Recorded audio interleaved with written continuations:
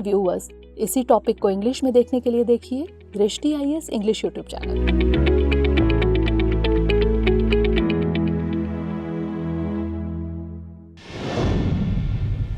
नमस्कार, दृष्टि IAS के टू द पॉइंट प्रोग्राम में आपका स्वागत है। आज हम बात करेंगे सुर्खियों में पश्चिमी विक्षोभ के बारे में।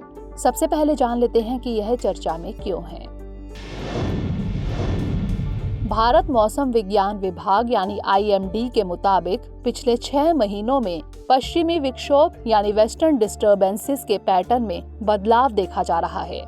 पश्चिमी विक्षोभ की तीव्रता और स्थानों में बदलाव के कारण कुछ महीनों के दौरान दिल्ली में भारी वर्षा हुई तथा कभी-कभी लू की चपेट में आने के कारण शहर शुष्क भी रहा। अब जान लेते हैं पश्चिमी विक्षोभ के बारे में। पश्चिमी विक्षोभ ऐसे तूफान हैं जो कैस्पियन या भूमध्य सागर में उत्पन्न होते हैं। पश्चिमी विक्षोभ का अर्थ इसके नाम में निहित है। यह विक्षोभ पश्चिम से पूर्व दिशा की ओर आता है। यह विक्षोभ अत्यधिक ऊंचाई पर पूर्व की ओर चलने वाली वेस्टर्ली जेट धाराओं यानी वेस्टर्ली जेट स्ट्रीम्स के साथ यात्रा करते हैं। विक्षोभ का तात्पर्य विक्षुब्ध क्षेत्र या कम हवा वाले दबाव क्षेत्र से है। IMD के अनुसार ये उत्तर पश्चिम भारत में गैर मॉनसून वर्षा का कारण बनते हैं। ये आमतौर पर भारत के उत्तर और उत्तर पश्चिमी क्षेत्रों के मौसम को प्रभावित करते हैं। इनसे सर्दी और मॉनसून पूर्व बारिश होती है तथा ये उत्तरी उपमहाद्वीप में रबी की फसल के विकास में महत्वपूर्ण है। नजर डाल लेते हैं इसके प्रभाव पर। इससे निचले इलाकों में मध्यम से भारी बारिश और भारतीय उपमहाद्वीप के पहाड़ी इलाकों में भारी मात्रा में बर्फबारी होती है।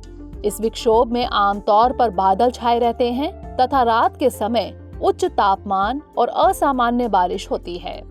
इससे होने वाली वर्षा का कृषि पर, विशेष रूप से रबी फसलों पर गहरा प्रभाव पड़ता है। इस विक्षोभ के कारण होने वाली अत्यधिक वर्षा अक्सर फसलों के नुकसान, भूस्खलन, बाढ़ और हिमस्खलन आदि जैसी चरम मौसमी घटनाओं का कारण बनती है। इंडो गंगा के मैदानी क्षेत्रों यानी इंडो गैंगेटिक प्लेन्स में इससे कभी-कभी शीतलहर और घने कोहरे की स्थिति बन जाती है। ये जलवायु परिस्थितियां एक और पश्चिमी विक्षोभ से विक्षुब्ध यानी डिस्टर्ब्ड होने तक स्थिर रहती हैं। बात कर लेते हैं बदलाव के संभावित कारणों के बारे में। पश्चिमी विक्षोभ में आवृत्ति में वृद्धि हुई है, लेकिन आंशिक रूप से गर्म वातावरण यानी ग्लोबल वार्मिंग के चलते उनके कारण होने वाली वर्षा की स्थिति नहीं देखी गई।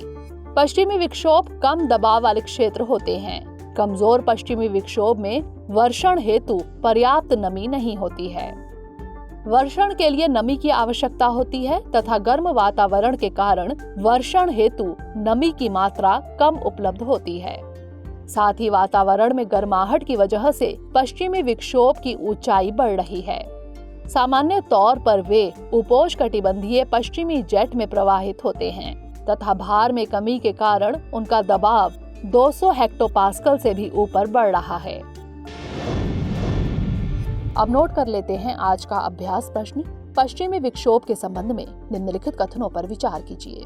1. विक्षोभ पश्चिम से पूर्व दिशा की ओर जाता है। 2. ये जायद फसलों के विकास के लिए महत्वपूर्ण है। उपर्युक्त में से कौन सा यहाँ से कथन सही है या फिर है? केवल 1, केवल 2, 1 और 2 दोनों, या फिर ना तो 1 और ना ही 2? इसका उत्तर हमें कमेंट सेक्शन में जरूर भेजिएगा। अगले सेशन में किसी नए टॉपिक के साथ मिलेंगे। तब तक के लिए धन्यवाद।